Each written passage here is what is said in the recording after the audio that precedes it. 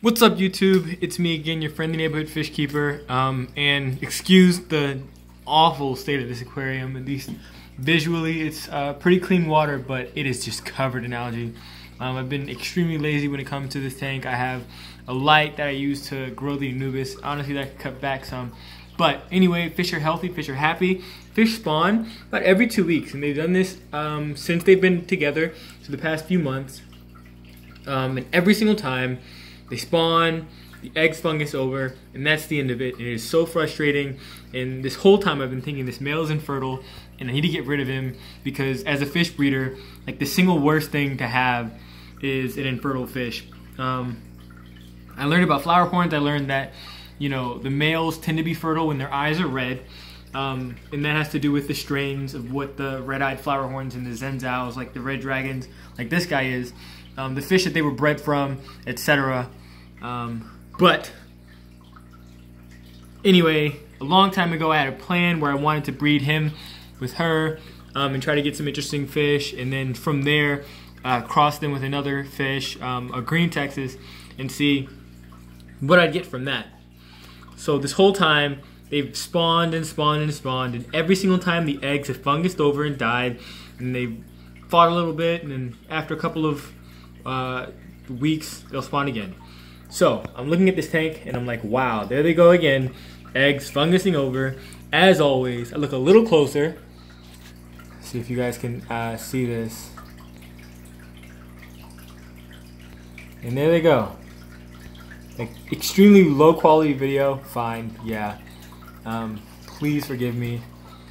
I'll record this again with a decent camera, but there they go. Just so many wrigglers, so many. And of course, you know, I have a tank full of Salvinis and another tank with Crevensis fry, so I'm not short on fry by any means right now. But there they go, there they go. Probably, I would estimate 200 maybe 3, certainly hundreds, certainly less than 500, certainly more than 100, probably comfortably more than 200 and less than 4. But yeah, there they go. They finally produced a spawn, like a viable spawn. Like, this male is not infertile. He's just, I guess, been immature, or like, I don't know, some other reason that the eggs might not have hatched, but they finally freaking hatched. I'm very excited about this, very happy, and I will keep you guys posted on everything that happens with the spawn.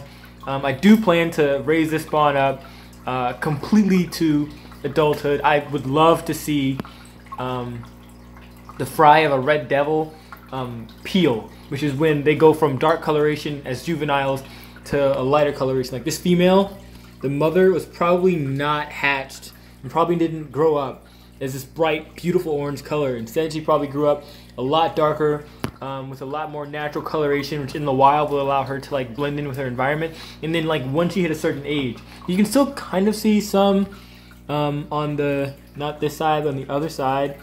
Come on, turn around. You can kind of see some darker coloration toward the top of her that's left over. Not much at all. But yeah, they start off dark and then they lighten up as time goes on, and this allows them to blend in as they're young, but then as they get older, they get to, especially with the orange colors, like the bright reds and oranges, they get to show off the carotenoids, which show that, you know, this is animal behavior coming in. I'm sorry, I'm rambling. I do that when I get excited.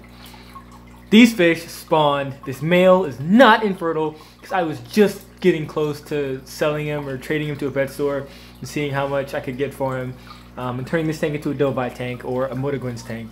But there they go, Red Devil, Flowerhorn, hybrid fry, going to be just stunning as adults. And it's like large juveniles. They're just going to be freaking phenomenal. And now I'm gonna have to dedicate the 125 until the Dovite, of course, is big enough that he needs it, to growing out Salvini and Red Devil Flowerhorn fry. And thank God the Salvinis hatched first. They hatched about 3 or 4 months sooner, so they'll have a growth advantage. but I could talk forever about these fish. I'm gonna keep this video short-ish.